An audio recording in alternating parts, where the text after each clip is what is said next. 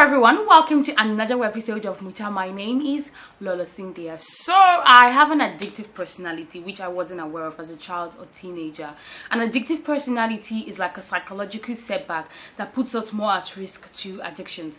I have been addicted to quite a number of things. There is porn, there is coffee, there's drugs, obviously, there's work, and there is codependency, which was probably the reason why I ended up in lots of toxic relationships.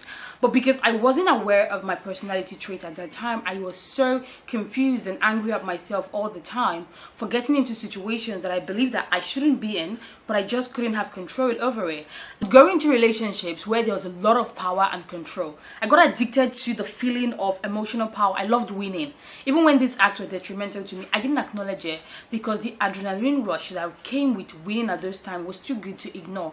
Or I'll get myself into a relationship where my primary role was that of a rescuer.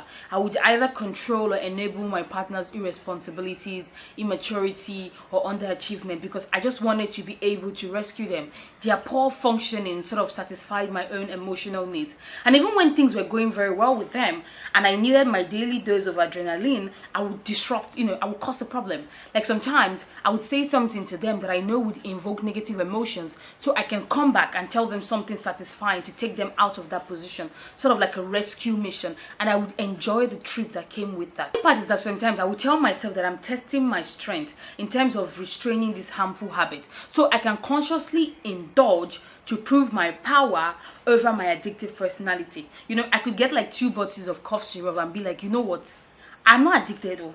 I just want to take these 2 bottles. Let me just see if I've already gotten my addiction under control, to see that if after I take these 2 bottles, I'll still want to take more.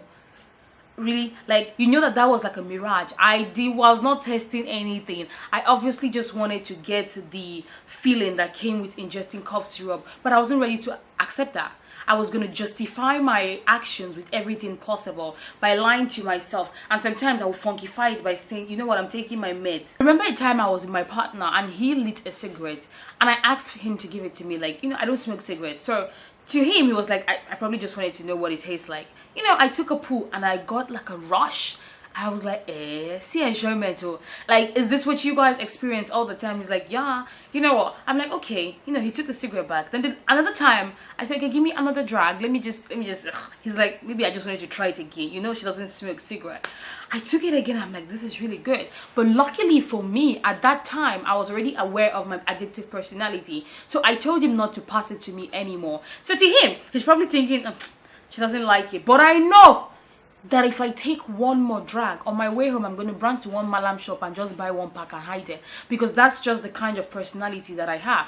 And sometimes, even up until tomorrow, when I see people light a cigarette, I salivate, because one of the traits of addictive personality is the inability to resist temptation or urge, even when they are harmful to you. So when I have that in mind, I put extra effort to resist these temptations. And because we are predisposed to addiction does not automatically mean that you will become an addict. No, but if you're not aware of your personality in order to control it, that might be the end result. So people with addictive personalities typically switch from one addiction to another. They show impulse behavior such as extensive caffeine use, problematic cell phone use, impulse shopping, internet addiction, drug addiction, extensive TV watching, even running, due to the endorphins attached with exercise. I would like to point that substance addiction, when it comes to addictive personality, is more of a mental dependence of the substance and not necessarily a physical dependence, even though at the end it could lead to a physical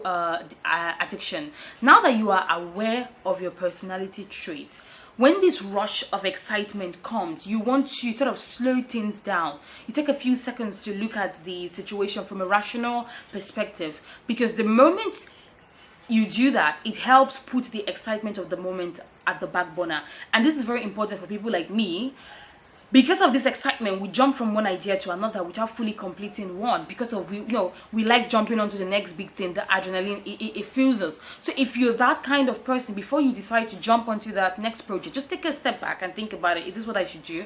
Am I done with the first one? And just thinking about it would help put that idea into perspective, and it takes it back a notch. So what I'm trying to do at the moment, or what I've been trying to do to curb my addictive personality, is by recreating this rush in things that actually benefit me. So like creating a schedule and actually following them. So when I create a schedule for the week and I'm like, tick, ooh, I've actually done it, ooh, it feels really good. So I'm sort of addicted to the feeling of accomplishment, and that is a good feeling for me, I guess. Also, I do it when it comes to gym, and I know that because when I have an addictive personality, I need to make sure that I balance it, because it's very easy to get addicted to endorphins. But I love endorphins, and my addiction to endorphins is what gets me up in the morning to go for a run or to go to the gym, and the extra things that it gives me stamina. So when I go to the gym, you know, the first 5 minutes or the first 2 minutes, you're like, oh, I'm so tired.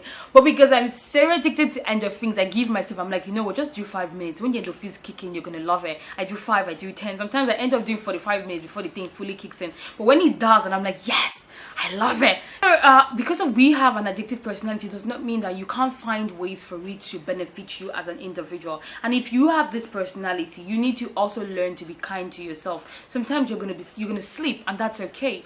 Do not overwork yourself, because we're already predisposed to anxiety and stress. If you continue to stress more, you're gonna go back to something that you believe you have control over, and that becomes your addiction. So if you're not strong-willed or you're not disciplined, you can choose to completely avoid that thing that you believe that you would get addicted to. I don't gamble. I can't even gamble.